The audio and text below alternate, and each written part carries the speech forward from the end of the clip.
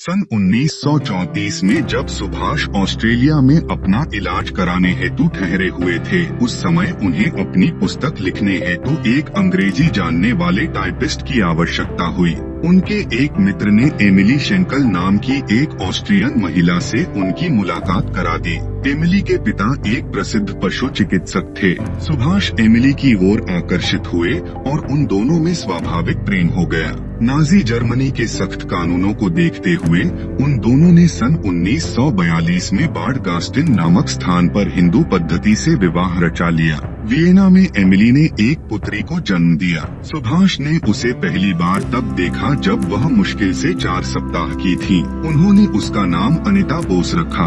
अगस्त 1945 में ताइवान में हुई तथाकथित विमान दुर्घटना में जब सुभाष की मौत हुई, अनिता पौने 3 साल की थी। अनिता अभी जीवित है। उसका नाम अनिता बोस फाफ है। अपने पिता के परिवार जनों से मिलने अनिता फाफ कभी कभी भारत भी आती है। 1938 में कांग्रेस का वार्षिक अधिवेशन हरिपुरा में होना तय हुआ।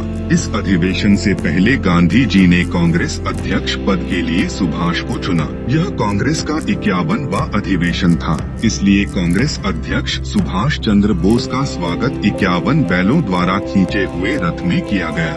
इस अधिवेशन में सुभाष का अध्यक्षीय भाषण बहुत ही प्रभावी हुआ। किसी भी भारतीय राजनीतिक व्यक्ति ने शायद ही इतना प्रभावी भाषण कभी दिया हो। अपने अध्यक्षीय कार्यकाल में सुभाष ने योजना आयोग की स्थापना की। जवाहरलाल नेहरू इसके पहले अध्यक्ष बनाए गए। सुभाष ने बंगलौर में मशहूर वैज्ञानिक सर विश्वेश्वरैया की अध्यक्षता में एक विज्ञान परिषद की स्थापना भी की। 1937 में जापान ने चीन पर आक्रमण कर दिया। सुभाष की अध्यक्षता में कांग्रेस ने चीनी जनता की सहायता के लिए डॉ द्वारकानाथ कोटनिस के नेतृत्व में चिकित्सकीय दल भेजने का निर्णय लिया। आगे चलकर जब सुभाष ने भारत के स्वतंत्रता संग्राम में जापान से सहयोग किया, तब कई लोग उन्हें जापान की कठपुतली और फासिस्ट कहने लगे।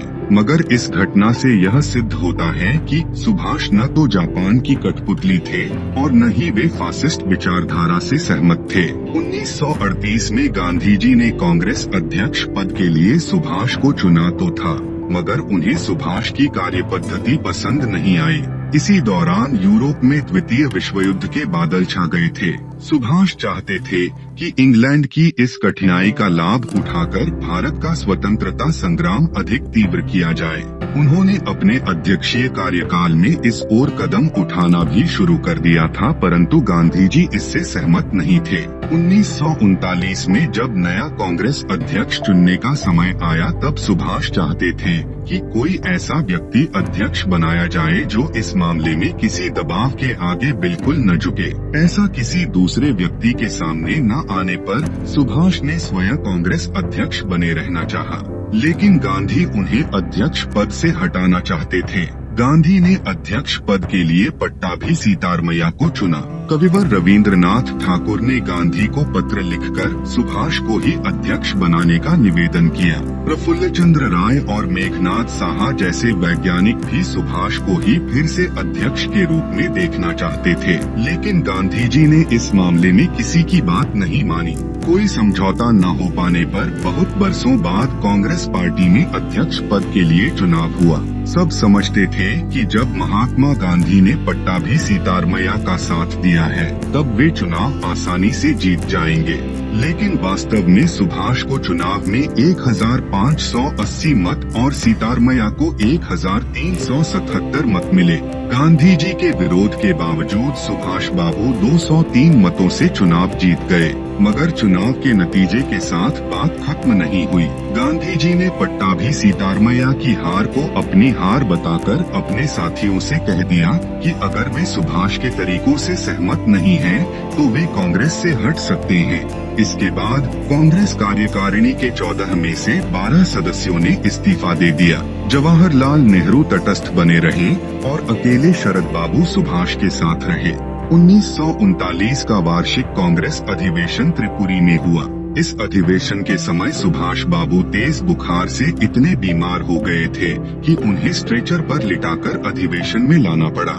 गांधी जी स्वयं भी इस अधिवेशन में उपस्थित नहीं रहे और उनके साथियों ने भी सुभाष को कोई सहयोग नहीं दिया। अधिवेशन के बाद सुभाष ने समझौते के लिए बहुत कोशिश की, लेकिन गांधी जी और उनके साथियों ने उनकी एक न मानी।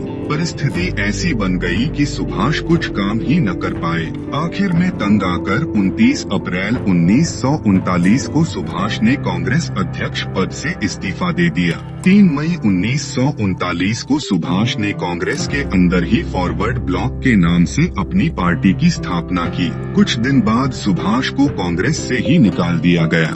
बाद में फॉरवर्ड ब्लॉक अपने आप एक स्वतंत्र पार्टी बन गई। द्वितीय विश्व युद्ध शुरू होने से पहले से ही फॉरवर्ड ब्लॉक ने स्वतंत्रता संग्राम को और अधिक तीव्र करने के लिए जन जागृति शुरू की। 3 सितंबर 1939 को मद्रास में सुभाष को ब्रिटेन और जर्मनी में युद्ध छिड़ने की सूचना मिली। उन्होंने घोषणा की कि अब भारत के पास सुनहरा मौका है, उसे अपनी मुक्ति के लिए अभियान तेज कर देना चाहिए। 8 सितंबर 1939 को युद्ध के प्रति पार्टी का रुख तय करने के लिए सुभाष को विशेष आमंत्रित के रूप में कांग्रेस कार्य समिति में बुलाया गया।